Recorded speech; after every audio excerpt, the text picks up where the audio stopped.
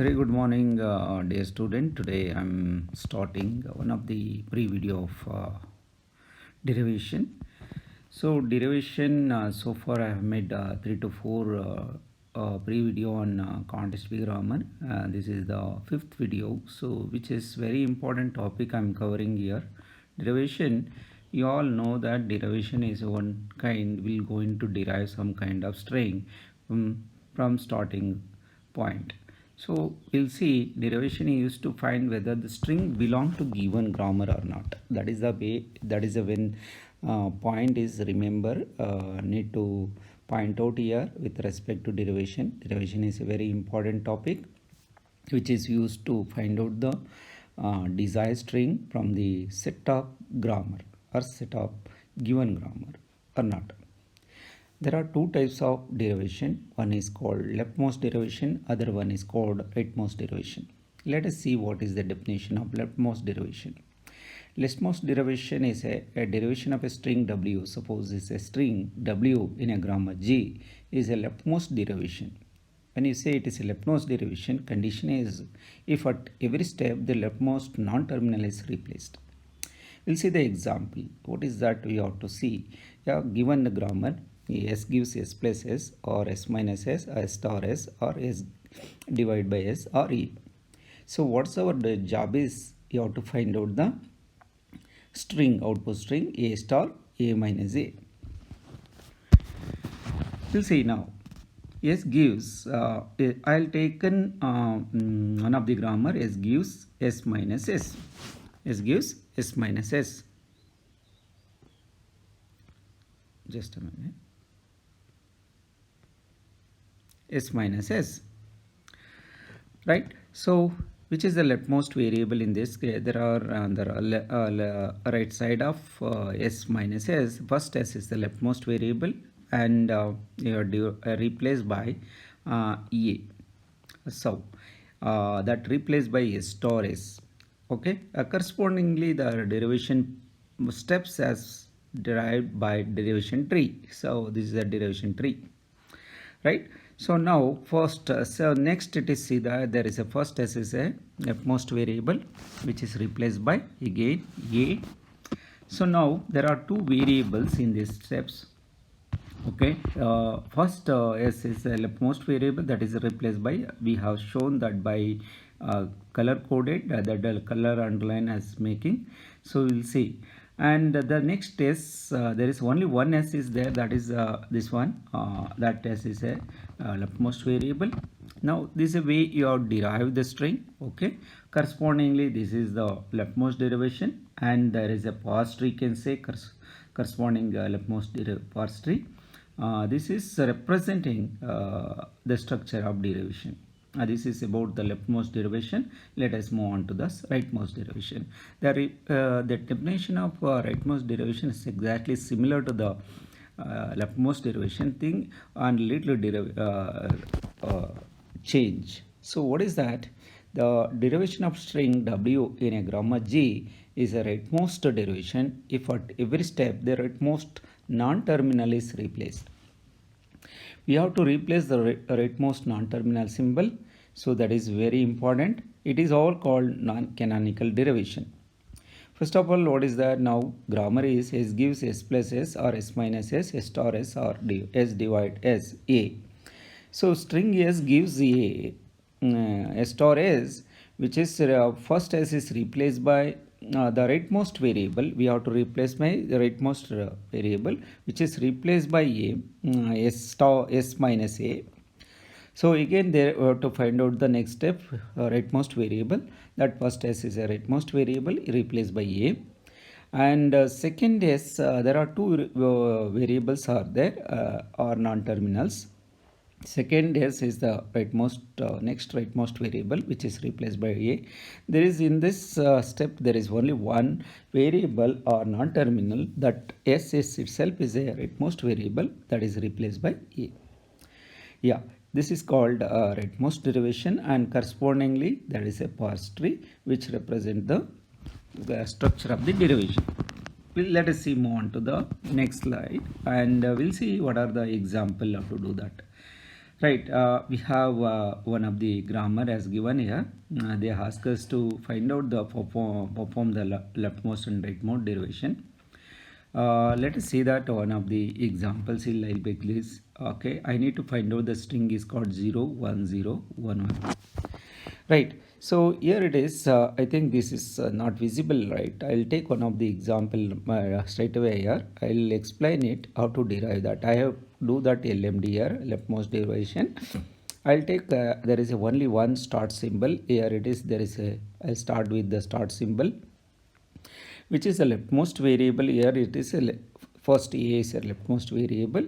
What is I want to which is replaced by 0 A 1B, right?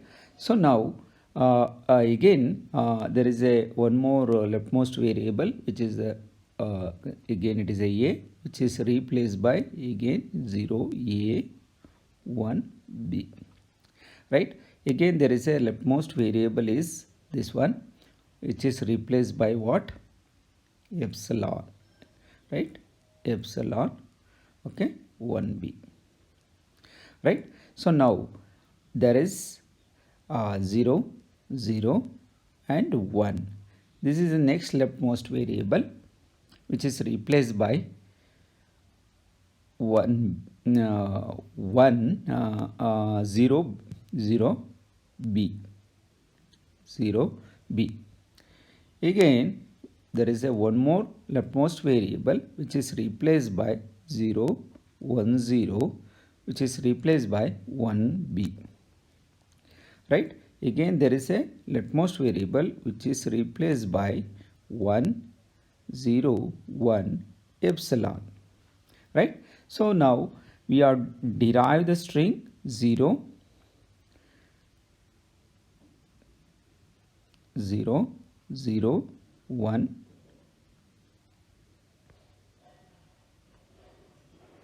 okay, I'll write there. Okay, so now which is written, finally we'll get the result 0 0 1 0 1. We'll see what is the how you write the past tree here. First tree here, first you have to start with A 1 B. So this is replaced by what? 0 A. Again this is replaced by, this A is replaced by A, this A is replaced by epsilon, this A is replaced by 0B, this B is replaced by 1B, this B is replaced by epsilon. So now we have to learn how to find out the leftmost derivation. Let us move on to the rightmost derivation. Okay, so guys, I hope you understand this concept.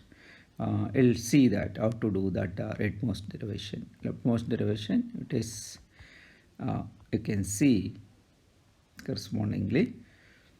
I have explained that also, and this is a leftmost and rightmost. So rightmost it is here, rightmost variable is B, which is replaced by 0B, and again there is a this B is again rightmost variable, which is replaced by epsilon. At that we will get the next this is the next rightmost variable A, which is replaced 0A. Again that A is replaced by 0A, and finally it's epsilon. You will get the 0 0 1 0. This is the rightmost derivation, this is the leftmost derivation. Okay, got it?